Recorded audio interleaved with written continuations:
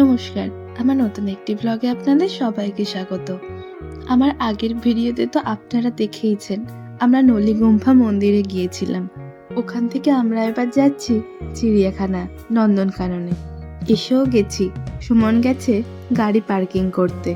আমরা ওর জন্যই অপেক্ষা করছিলাম। ও বলল আমাদেরকে সামনের দিকে চলে আসতে। এখানে নাকি পার্কিং থেকে আসার একটা শর্টকাট রাস্তা ছিল, ও ওখান দিয়ে চলে এসেছে। আমরা এখন ভিতরে যাচ্ছি। ওখানে গিয়ে টিকিট কাটতে যাব, সেটা নিয়ে আলোচনা করছি।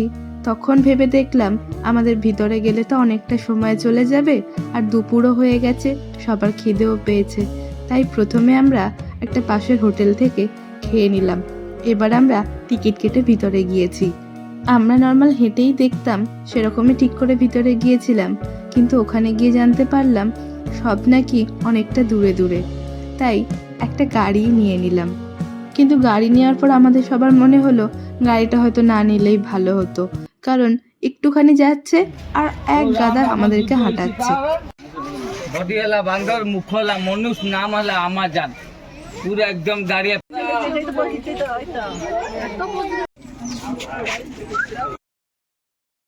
ভিতরে গিয়ে আমরা যা যা দেখেছি তা মোটামুটি আপনাদের কাছে তুলে ধরার চেষ্টা করছি ছোট ছোট করে। প্রথমে আমরা কয়েক রকম বাঁদর জলহস্তী দেখে এখন চলে এসেছি সাপ দেখতে। এখানে প্রধানত সাপ, কুমির, কচ্ছপ এগুলোই আছে। আমি সাউন্ডটা অন করছি না, কারণ বাইরে এত চেঁচামেচি চলছিল যে আওয়াজটা খুব বাজে লাগতো, তাই।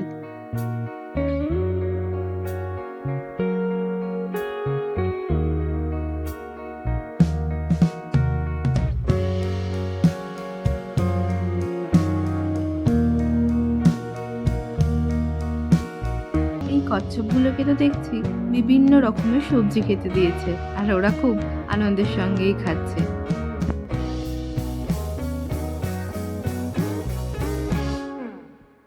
বাঘ, সিংহ এর আগেও দেখেছি, কিন্তু এবারে যেন বাঘগুলো এখানে বড্ড বড় বড়, আর দেখতেও বেশ সুন্দর লাগছিল। জীবনে এই প্রথমবার এত বড় বড় বাঘ, সিংহ, চিতাবাঘ দেখলাম, অনেকটাই প্রায় কাছ থেকে। কিন্তু এর আগে একবার শিলিগুড়িতে বেঙ্গল সাফারি করে বাঘ পুরো সামনে থেকে দেখেছিলাম, মানে আমরা গাড়ির ভিতরে আর বাঘ আমাদের জানলার পাশে। কিন্তু নন্দনকাননে তো আরো অনেক বড় জায়গা, আরো অনেক অনেক পশু পাখি রয়েছে। এখানেও সাফারি ছিল, কিন্তু সময়ের কারণে আমরা এখানে সাফারি করিনি। আমাদের হাতে সময় বড়ই কম ছিল। দুপুরবেলা খাওয়া দাওয়া শেষ করে সিংহ মামা ওখানে আরামসে ঘুমাচ্ছে, আর একজন বাঘ মামা তো ওখানে পায়চারি করছে। তারপর গাড়ি আমাদের বিভিন্ন রকমের জিনিস দেখিয়ে আমাদেরকে নামিয়ে দিল। वन टू थ्री साइड में दीदी को वेलकम लगा साइड में। तो दीदी अच्छा है, तो दीदी आपका आवाज़ सुन लिया सर। तो ये मेल बोला, ये फीमेल बोला, मैंने जो बात बोला आप सही बोला, वो ठीक है, तो ठीक है। अब मान एक मिनट सामने, बस थोड़ा आई थे सामने, बस दीदी को एक नजर डाला सामने, पूरा स्टैंड होके देखे दीदी का फोटो की जगह। इसका बीच में गहरा रिश्ता सर होता है, और बाबू खड़ा होता ना तो मैडम भी खड़ा होगा। बाबू खड़ा। তারপর আমরা হেঁটে হেঁটে কিছু পাখি দেখি। তারপর আমরা বেরোতে যাব, তখন দেখি কোকোর গলার আওয়াজ পাচ্ছি কোথাও থেকে। আমরা খুব ক্লান্ত আর বিধ্বস্ত ছিলাম, কারণ আগের দিন সারা রাত আমরা জার্নি করেছি। কিন্তু কোকোর আওয়াজ পেয়ে অনেকদিন যেন মনে হচ্ছিল কোকোকে দেখিনি, তাই একবার ওকে দেখতে চলে গিয়েছিলাম। কিন্তু আমার দেখে একটা কথা মনে হলো, পাখি বেঁধে রাখা উচিত নয়, আমাদেরকে যেটা বলেন।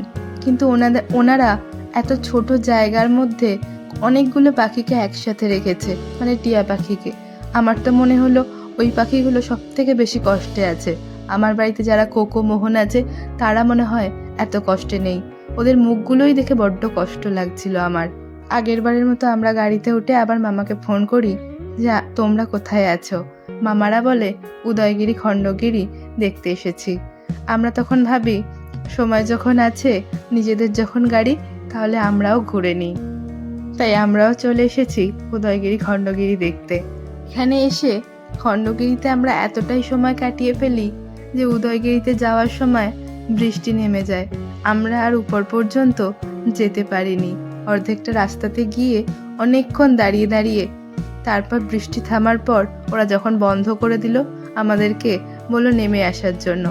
আমরাও তাই কোনো উপায় না পেয়ে পাহাড়ের উপর থেকে দূরের ওই শহরটা দেখতে খুব সুন্দর লাগছিল। আমরা শুধু এটা খোঁজার চেষ্টা করছিলাম যে এখান থেকে সমুদ্র কি দেখা যাবে, কিন্তু শুনলাম এখান থেকে নাকি দেখা যাবে না। অনেকক্ষণ সময় কাটিয়ে এবার আমরা যাচ্ছি উদয়গিরিতে, কিন্তু একটুখানি গিয়েই তো বৃষ্টি পড়ছিল, তাই আর উপরে যাওয়া হয়নি। এখন আমরা ওখান থেকে নেমে সন্ধে তো হয়েই গিয়েছে, পুরীতে যাচ্ছি। বৃষ্টি যে শুরু হয়েছে থামছেই না, সারা রাস্তা বৃষ্টি পড়তে পড়তে সন্ধ্যের সময় সবার একটু চা খাওয়ার ইচ্ছে হচ্ছিল, কিন্তু বৃষ্টির মধ্যে তো আমরা আর ওভেন বের করে চা করতে পারি না। তাই একটা দোকানে গিয়ে আমরা চা নিলাম আর সিঙ্গারা।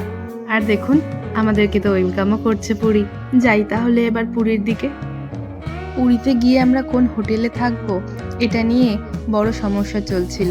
ওখানে গিয়ে খুঁজতে হচ্ছিল, আর অনেকটা রাতও হয়ে গিয়েছিল, আর আমরা সবাই আগের দিন সারা রাত জেগে থাকার জন্য খুব ক্লান্ত ছিলাম। যদিও বা একটা হোটেল আমাদের পছন্দ হলো, সেটা সমুদ্র থেকে অনেকটা দূরে। মা বলছিল সমুদ্রের পাশে হলে ভালো হতো, তাই সমুদ্রের বিচের সামনে আমরা পুরী হোটেলটা নিয়েছিলাম। আমরা ভেবেছিলাম আজ তো রাত হয়ে গেছে, কাল বরং আমরা ভিডিও করব এই হোটেলের, কারণ অন্ধকার ঠিক বোঝা যাচ্ছিল না। কিন্তু পরের দিনকে সকালে উঠে খাওয়া দাওয়া করেই আমরা আগে চলে গিয়েছিলাম পুরীর বিচে।